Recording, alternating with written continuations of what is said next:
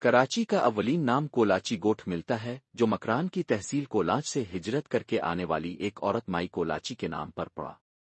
مکاران بلوچستان کے جنوب میں ایک پہاڑی علاقہ ہی جس کا ایک شہر گوادر ہے۔ کولاچ گوادر کی ایک تحصیل ہے۔ مائی کولاچی کا لفظ انگریزوں کے دور میں کراچی ہو گیا۔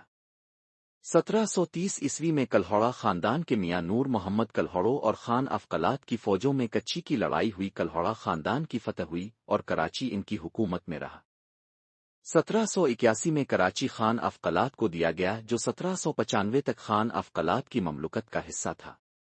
پھر ٹالپروں نے ان سے جنگ کے نتیجے میں چھین لیا۔ ٹالپروں نے 1783 میں کلہوڑا خاندان کو شکست دے کر کراچی سمیت پورے سندھ کی حکومت سنبھالی۔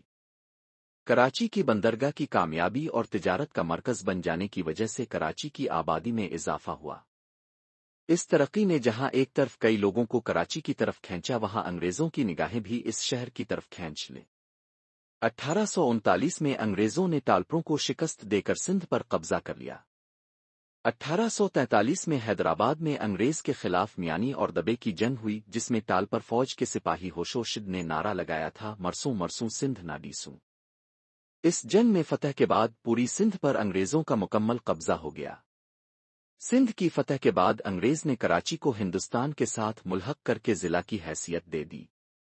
انگریزوں نے کراچی کی قدرتی بندرگاہ کو اہم تجارتی مرکز بنانے کے لیے شہر کی ترقی پر اہم نظر رکھی۔